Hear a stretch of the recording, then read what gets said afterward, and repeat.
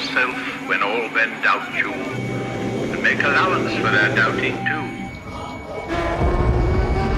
If you can meet with triumph and disaster, treat those two impostors both the same. If you can bear to hear the truth you've spoken, twisted by knaves to make a trap for fools, and see the thing you gave your life for broken, if you can force your heart and nerve and sinew to serve their turn long after they are gone, so hold on when there is nothing in you except the will that says to man, hold on.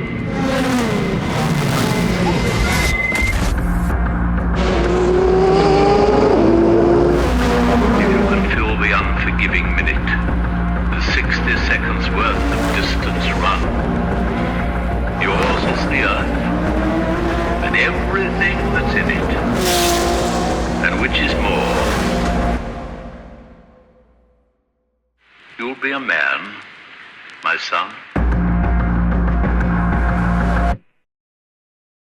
There is a million things for next year you do differently. The most important thing is to give it your all, look back and think, do you know what, I could have done that or I could have done that. There's none of that. There is literally everything we could have possibly done, we did.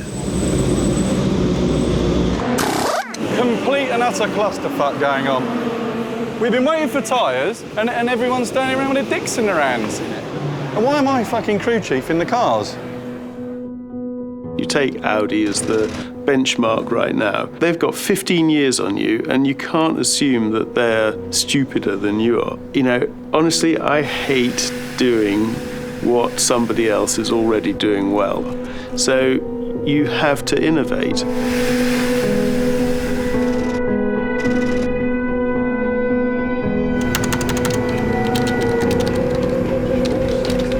Today is the first time that we've run a simulation of Le Mans, and the engine is being put through its paces like it was going around the track. Okay, Emmett, can you throw it up? Yeah.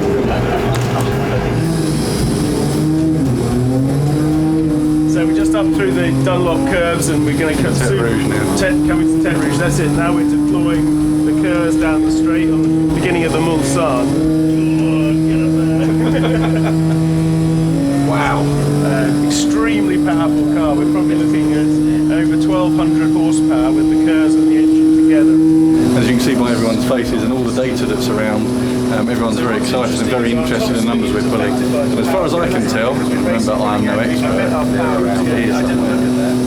the numbers look very, very good, so that's why everyone's smiling at the moment. It doesn't make it a reality. Just because the engine is running is just one step, and of course there are about 3,000 pieces to the jigsaw puzzle, every single one of which has to work flawlessly for 24 hours. I think we should have another lap. We've got to watch that again. We had Vincent from the ACO came and saw me at a rather inopportune moment to remind me of the rules, which said basically they could throw us out if we didn't achieve a certain time in qualifying, which we didn't actually achieve. Vincent has just come and seen me and said he can't see anything in the rules that would allow us to run if we're outside 110%. When you speak to Ben, at some stage he needs to start taking risk with one of the cars. But to run the whole race conservative and to never get really beyond LMP2 is the end of the program. I mean, that is just a fuck up.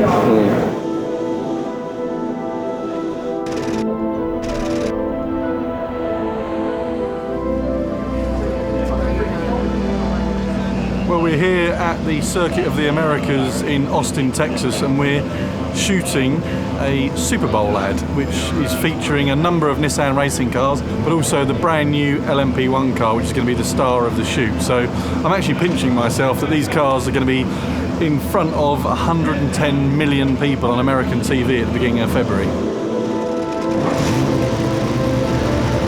It's a perfect opportunity for Nissan to show the world how serious we all are about putting our best foot forward to do really well and try and win Le Mans.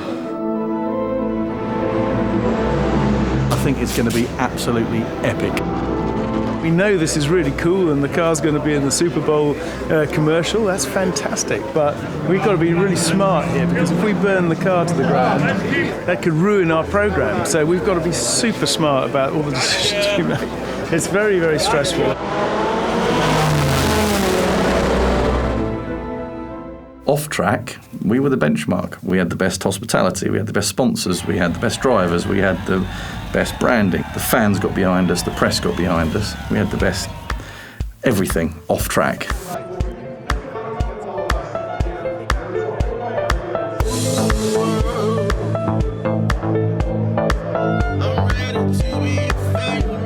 Everyone believed that you would never be able to come from the PlayStation at 17, 18 years old and in the matter of a few years be racing at the top level. Going from PS3 to P1 is awesome.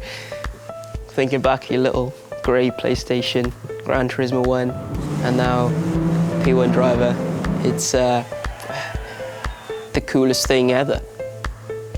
Thankfully, they'll pay the guys with the computer games no money, and at least we got paid because we did something skillful. So let's see. If everyone can do it, then it's not very good for us. So yeah.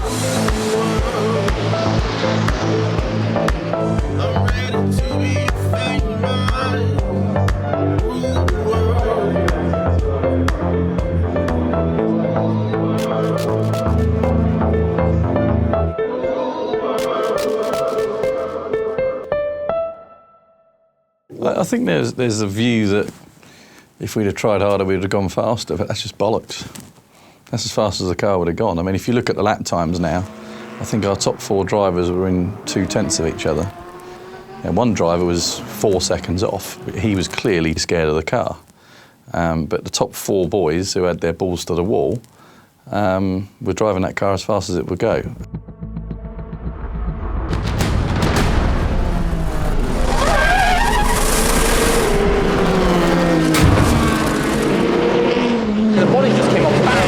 Is that our wheel? There's probably some damage, so we're going to have to work on it. All right, guys, we need to get a bonnet out and get it ready to go on the car. There's no bonnet on the car. Fucking slow down. I'm going to slow down. It's stuck in full. At the garage, at the garage. It's going to need a splitter. It's going to need tire. It's got a puncture on the left front. It's going to need a splitter. 4 seconds behind him. It must have come from his car. What? I was 3 or 4 seconds behind him on the road. It must have just come from his car because I was following him directly on the same line. He would have hit it. It must have come from that car. I don't know. I only just saw it on the replay then. You don't even see it. It's just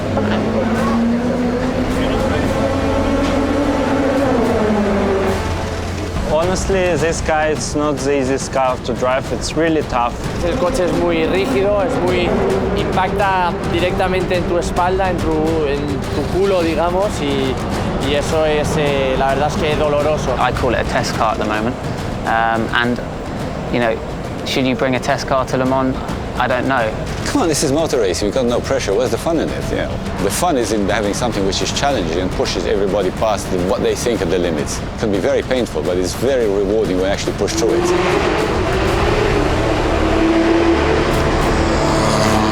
It's like, I suppose, climbing Everest or walking to the North Pole. It's very difficult to believe you're going to get there.